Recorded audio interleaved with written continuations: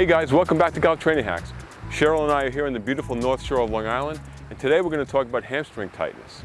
And you know, if you have tight hamstrings, it may not be that the muscles are tight, it may be that your hips are not in alignment. And I'm going to give you a little visual to show you why.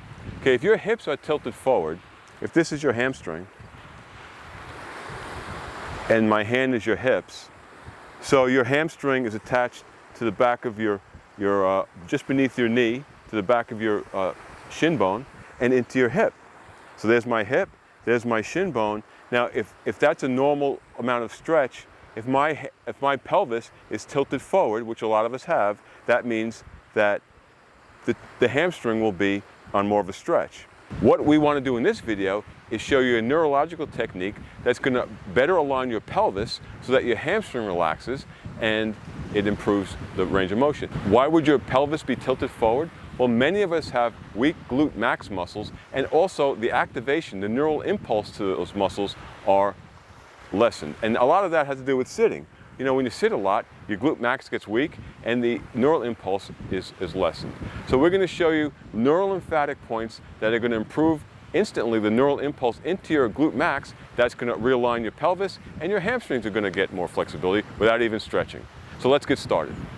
Okay, so we're going to show you how you can increase your hamstring range of motion without stretching. And we do this through neural lymphatic points. And I'll explain what those are in a minute. But first we're going to test Cheryl's hamstring range of motion, because when you do these you want to test and retest, because then you would have no basis of knowing how this works. So Cheryl's going to relax her leg, and when you do this on somebody you want them to have a relaxed leg. I feel her weight here. And then we're going to get her range of motion, and she's, you know, right about there. That's about where I feel some resistance. Okay, so now we're going to show you what the neural lymphatic points are to improve the impulse into your glute max and into your actually your hip flexors. So Cheryl's going to do them right now, and I'm going to show you what they are. Okay, so to improve the glute max impulse, you have 2 points in the back of your head, and all you have to do is rub these points. Okay, and Cheryl's going to go through it, and I'm going to talk about this a little bit more. The other point is right here in your jaw, and you're going to put your finger inside your jaw, and you're going to just press until, you know, it's not rolfing, you don't have to press really hard. You just kind of press where your finger kind of meets the tissue, the muscles. And you're going to press one side and the other. 30 seconds, 40 seconds, a minute, you know, you don't have to go too long.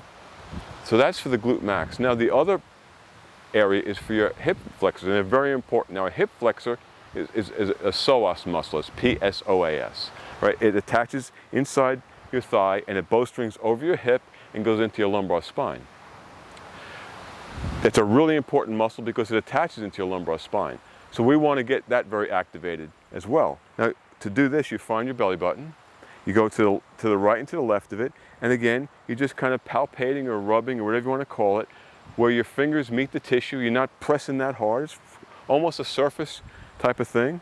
And Cheryl's going to continue to do that for a while. Neural lymphatic points actually improve the neural drive into your muscles. There are probably other reasons why this procedure works, this technique works, but you know, essentially the neural lymphatic points are the key to this. Okay, so Cheryl has activated her glute max. Now what's going to happen is the glute max now is activated, and it's going to realign her pelvis so that that hamstring isn't pulling so much, it's relaxed. Ready? And so we got 90 degrees on that side. I could go more. And then relax your leg, and we got 90 degrees on that side. When you do these, you do both sides. You know, you don't do one or the other. So if this side is tight, you wouldn't do one side. You want balance. And by the way, if you're really interested in these activations, you really have to look into the website Reflexive Performance Reset. It's run by two great coaches, Chris Korfus and Cal Dietz. We love them. We followed them for many years at Inner Strength Sports Conditioning. We use a lot of their techniques. If this is of interest to you, I highly recommend their courses. So thanks for watching.